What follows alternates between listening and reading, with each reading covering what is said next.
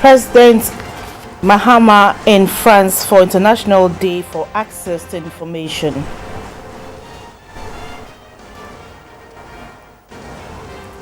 Justice for Children policy launched in Accra.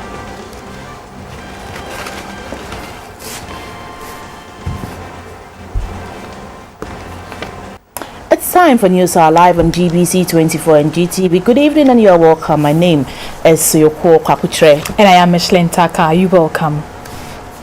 President John Mahama is in Paris, France, taking part in activities to mark International Day for Access to Information. President Mahama, who is the co-chair of the SDG Advocacy Group of the UN, delivered a lecture on the importance of information and media to sustainable development. President Mahama had earlier spoken at several platforms on the goals of Agenda 2030 and addressed a diaspora engagement and an investor event at UNESCO. President Mahama will meet with French investors, launch an exhibition on nature conservation in Ghana with a focus on the Mole National Park. He is also expected to hold bilateral talks with his French counterpart, President Francois Hollande.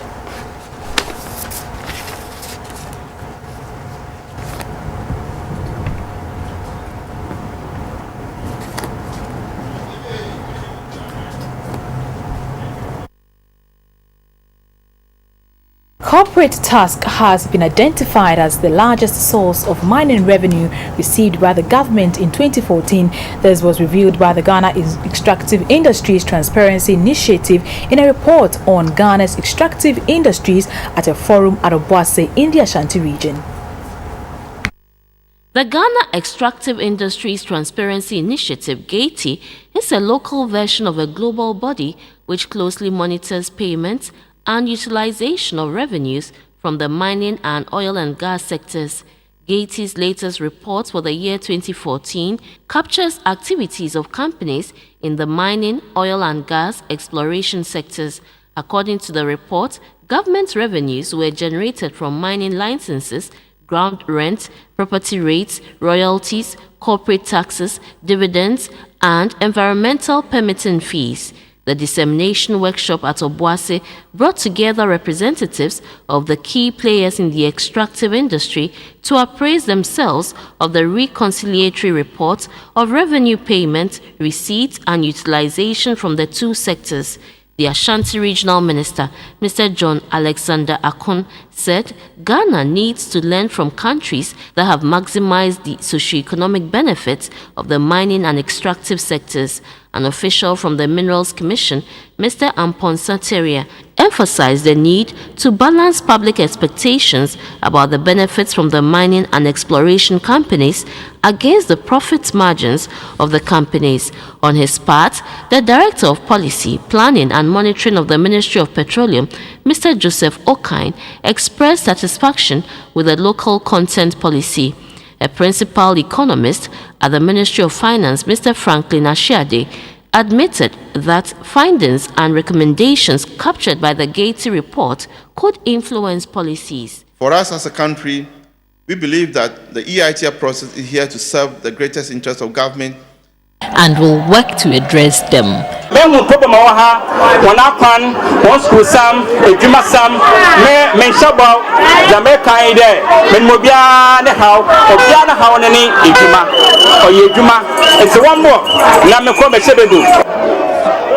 At Asiama in the Lembela district, Dr. Indum assured the people that the PPP will work to reduce high energy tariffs. He also stopped at Elipo, where he introduced Mr. Matthew Benso as the PPP parliamentary candidate for Jomoro. Mr. Benso said Elipo, which is a major trading hub, has neither a hospital nor a befitting market. He said the PPP will ensure that the town gets its fair share of the national development.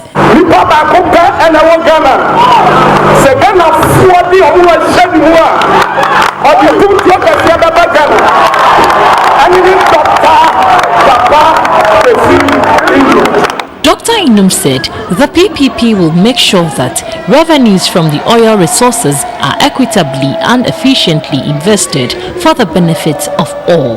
Eco Korea, Eco Hude, I want to go with the oil. That's what our petrochemicals industry. Oil and gas, and what I hear your factories are whole. They be oil fertilizer, or be oil general appropriate. Mako said, where in Korea? I hear so, you give them Korea for why you can't sit here. Then you are Korea for you must hear. Why you must hear. But that's so. So what to Obama? Look at Benin, my Progressive People's Party. Up at Benin, I don't want to the petrochemicals industry. Everybody, tomorrow, I make Mark a sack, I want tomorrow.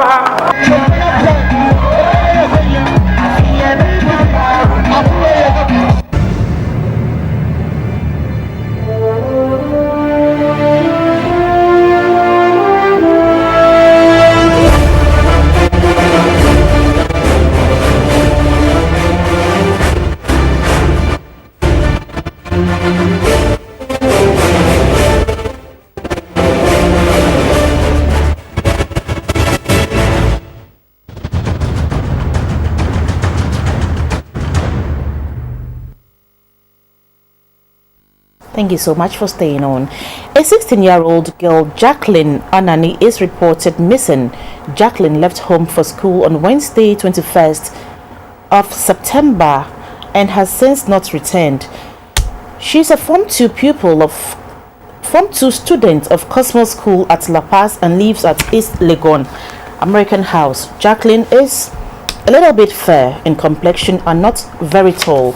Anyone who knows the whereabouts of Jacqueline should please contact the nearest police station or 0241 396 241 or 0244 226 861. The family of Jacqueline say anyone who volunteer any information on a whereabouts will be handsomely rewarded.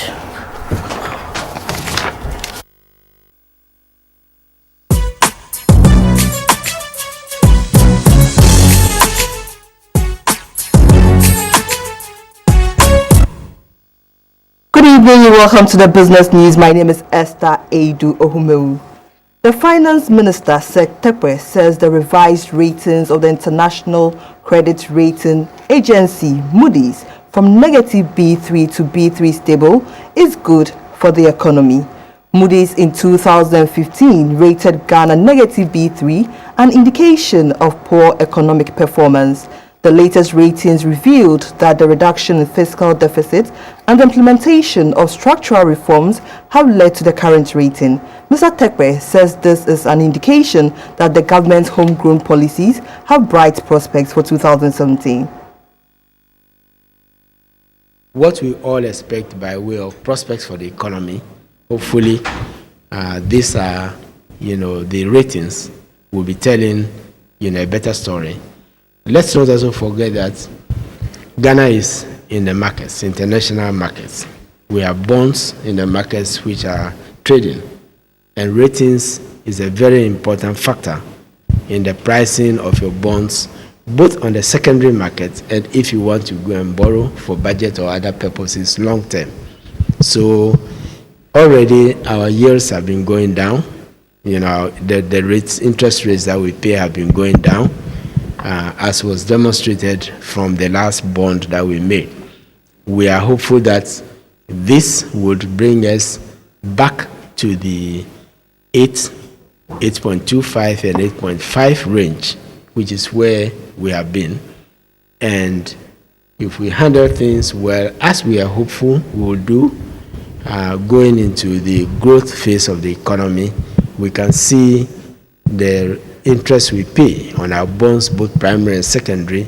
I emphasize the secondary because we are now doing a buyback, going down probably, below, 8% mark and remaining there. Meanwhile, the Finance Minister says introduction of the Public Financial Management Act will lead to financial prudence and strengthen the balance sheet of state-owned enterprises. This will open the door for such enterprises to borrow on their own. In Accra on Tuesday, Mr. Tekwe said borrowing on their own will reduce the debt level of the country. Ghana has more than 50 state-owned enterprises. Under the Public Finance Management Act, all state-owned enterprises should perform at their maximum best and ensure prudence.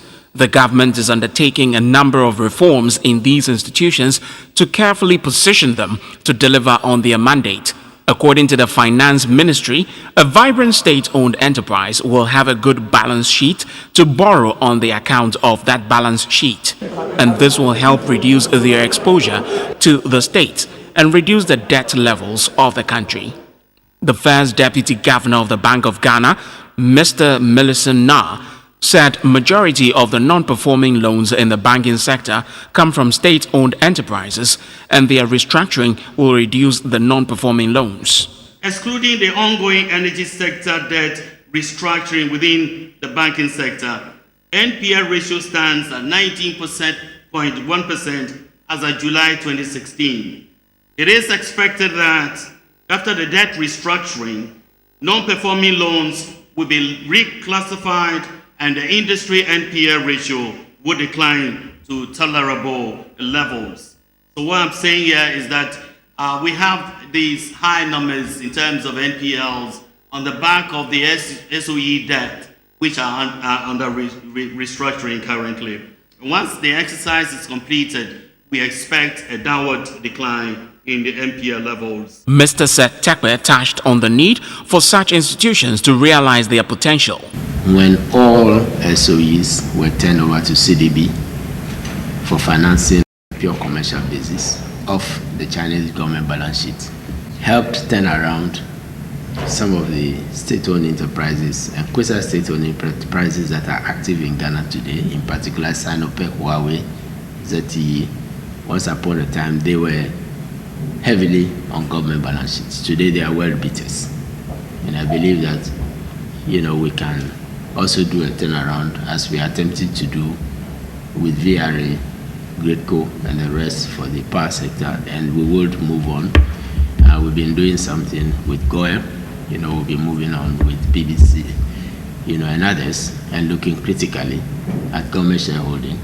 Mr. Tekwe indicated that government expects SOEs to strategically position themselves to go through the restructuring process to become viable. The second annual Entrepreneur Solutions Summit has been held in Accra. The summit aims at bringing players in the business sector together to educate the youth on how to grow their businesses. Entrepreneurs are individuals who identify market needs and launch firms to meet those needs. Unlike salaried employees, entrepreneurs assume ownership risk. According to experts, many businesses have failed due to challenges such as poor infrastructure, lack of financial support, globalization of markets and production, easing of debt, international expansion, among others. To help young entrepreneurs grow their businesses and reduce risk associated with it, the second annual Entrepreneurs Solutions Summit has been organized in Accra. The summit brought together entrepreneurs to exchange ideas, inspire the youth, and adopt strategies to grow their businesses. I want entrepreneurs to be inspired. I want them to learn from others' experience, the challenges, some ideas, and how to implement them into their own business. So you don't have to worry so much about the funds or how do I start. You have an idea.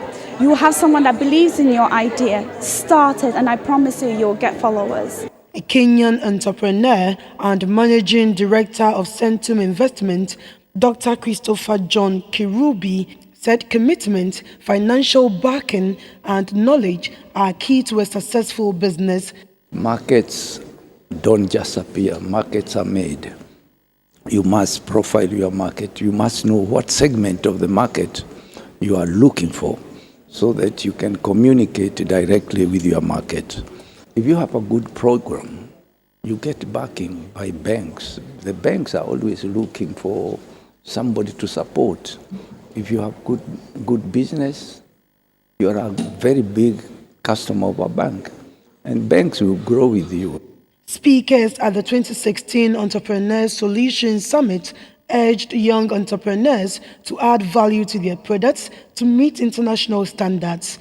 Beatrice Sanaju, GBC24, Accra.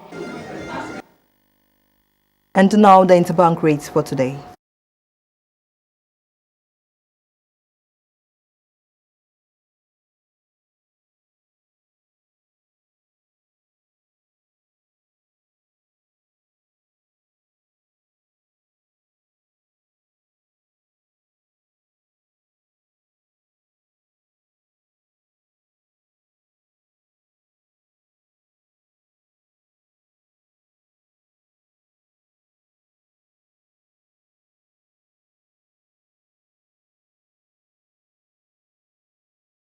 Let's now go to the international commodity market.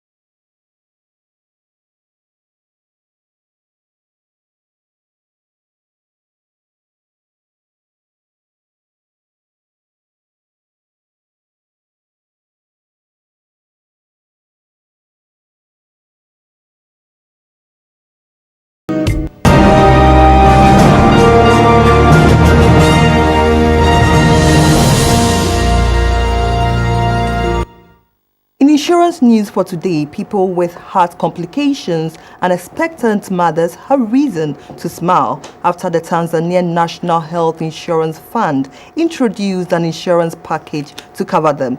The introduction is to help the poor with such medical complications. And that was business. Thanks for watching.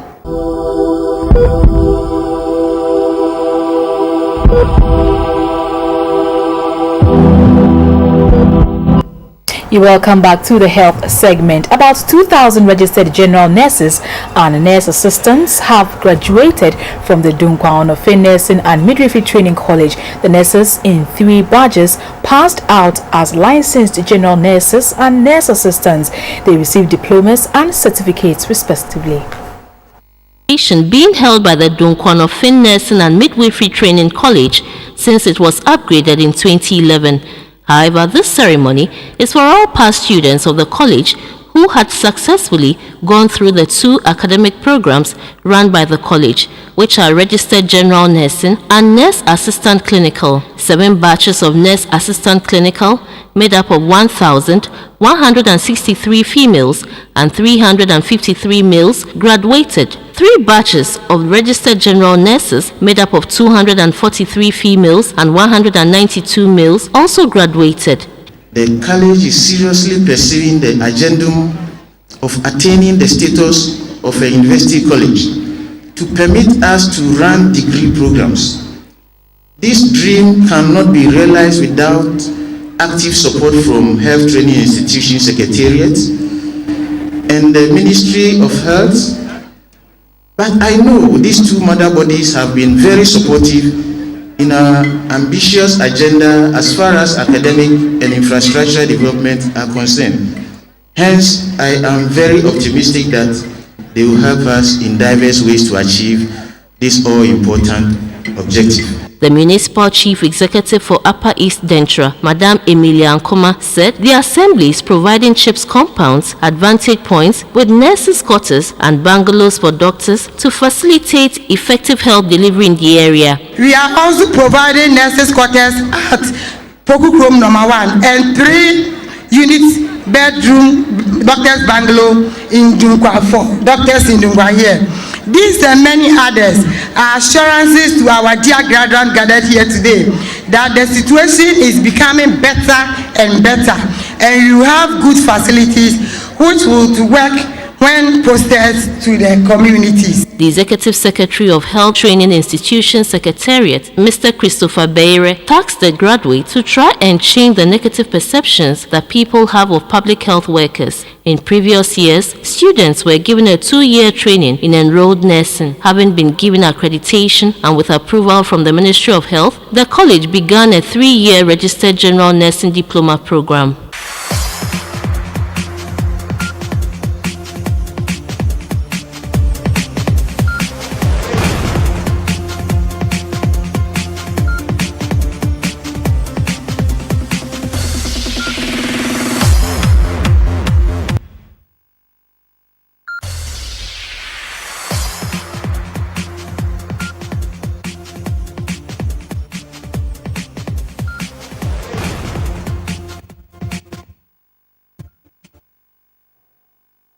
Good evening and updates from happenings in the world of sports. I'm Theophilus Samba to the corridors of the Ghana Football Association, where GFA boss Kwesi Nyantakyi is among 6 candidates standing for 2 slots allocated to the African continent on the new FIFA Executive Council.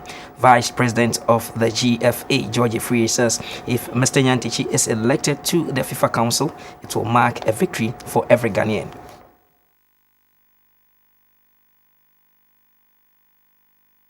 Football Association President Kwesi Nyantakyi is to beat 6 candidates to get a seat at the new FIFA Executive Council. The election is set for the 29th of this month at the headquarters of CAF in Cairo, Egypt.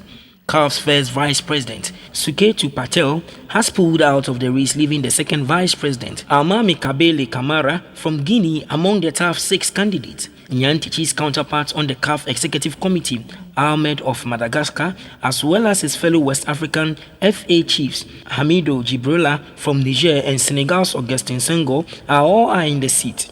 The last contender is South Sudan's Chabuogok Ale. The vice president of the Ghana Football Association, George Free, is rallying support for him. This contest, I'm sure one would say personally, is good for Mr. Nyantakyi, but a victory for Mr. Nyantakyi is a victory for Ghana. An industrial son of this country is putting himself up for a position where no Ghanaian has ever occupied. And so it is important that, irrespective of our differences as Ghanaians and what we believe, we all really support and pray for him so that he may be victorious in this election. And like Alhaji Brusa will say, inshallah, I believe that come 29th on Thursday, and I can assure you all gathered here that our president will get the nod. Nyantakyi has been the president of the Ghana Football Association since December 2005. In 2011, he was elected to serve on the CAF Executive Committee. The 2 positions on the FIFA Council became available for Africa following the expansion of FIFA's cabinet under the new reforms by the body's new leader, Gianni Infantino. The 36-member FIFA Council replaces the 24-member Executive Committee in the past and takes responsibility for setting the overall strategic direction of world's football governing body. The technical handlers of the senior national women's football team, the Black Queens, have named 10 foreign-based players in their 34-member provisional squad for the upcoming Africa Women's Championships. The 2016 Africa Women's Championship will be played from November 19 to December 3rd in Yaoundé and Limbe. Ghana is starting their preparations early as they have been drawn to face Nigeria, Kenya and Mali in Group B of the tournament to be held in Cameroon. The technical directors, led by the head coach, Yusuf Bazigi, has called up 10 paid players to start campaign at the Ghana Men's Soccer Center of Excellence in Pram Pram. The list includes 10 foreign-based players and 24 locally based players. 6 of the locally based players are from the winners of the Sanford World Clinic FA Cup, the Ghana Police Ladies. The Black Queens head coach Yusuf Bazigi and the head coach of the Black Princesses Masood Didi Dramani are optimistic of the chances of the national under-17 female team, the Black Maidens, in the 2016 FIFA Female World Cup in Jordan. Still on national team news, the national under-17 male football team will be leaving Accra on Thursday ahead of the 2017 Africa Under-17 Championship return leg qualifier against Cote d'Ivoire. The Black Starlets have their noses in front after recording an impressive 3-1 win over their neighbors in Cape Coast.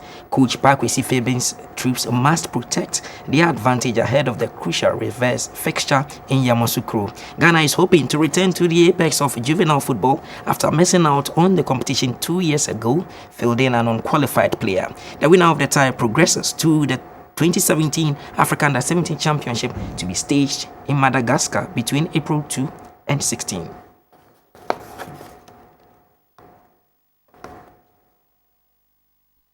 That's all for sports. Entertainment is next.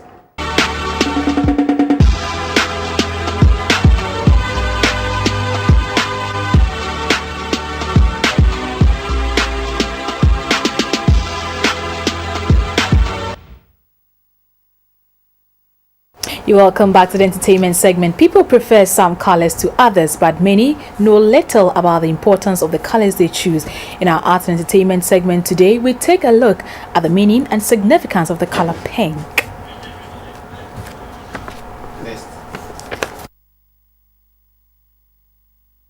We'll bring you that video later. The winner of the 2016 Miss Tourism Society of Ghana, Tosoga, Esther Honu, is telling her contemporaries to take interest in Ghanaian culture. She told GBC24 in an interview that this will promote tourism.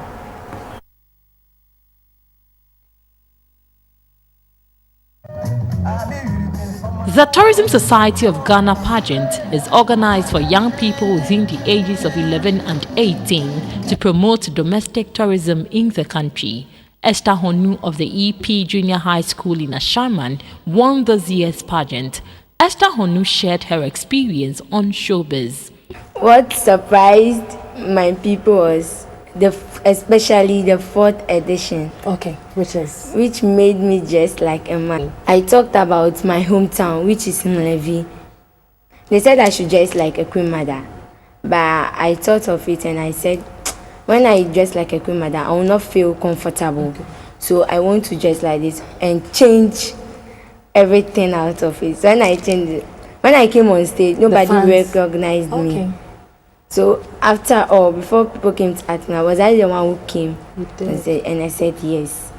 Esther appealed to the tourism board to reinforce its bylaws that prohibits girls under age 18 from visiting hotels and clubs. I want the hoteliers and then the Ministry of Tourism to enforce this bylaw, because children nowadays, what they see, they want to test it. What they hear, they want to also do it so that they'll see how it is. But that is not it. We have to further our education. And also, I have to tell these young girls that they shouldn't spend their time with these men, but rather pursue their education. The paramount chief of Akovi-Epe traditional area, Togbi Aja Osei, spoke about domestic tourism. We have tourist attraction areas, tourist sites, like we have this Amejope, the highest mountain, that is Mountain Gaming. We have waterfalls, lot of waterfalls, and we have monkey sanctuary. Oh, lot of them. Yeah, caves, and we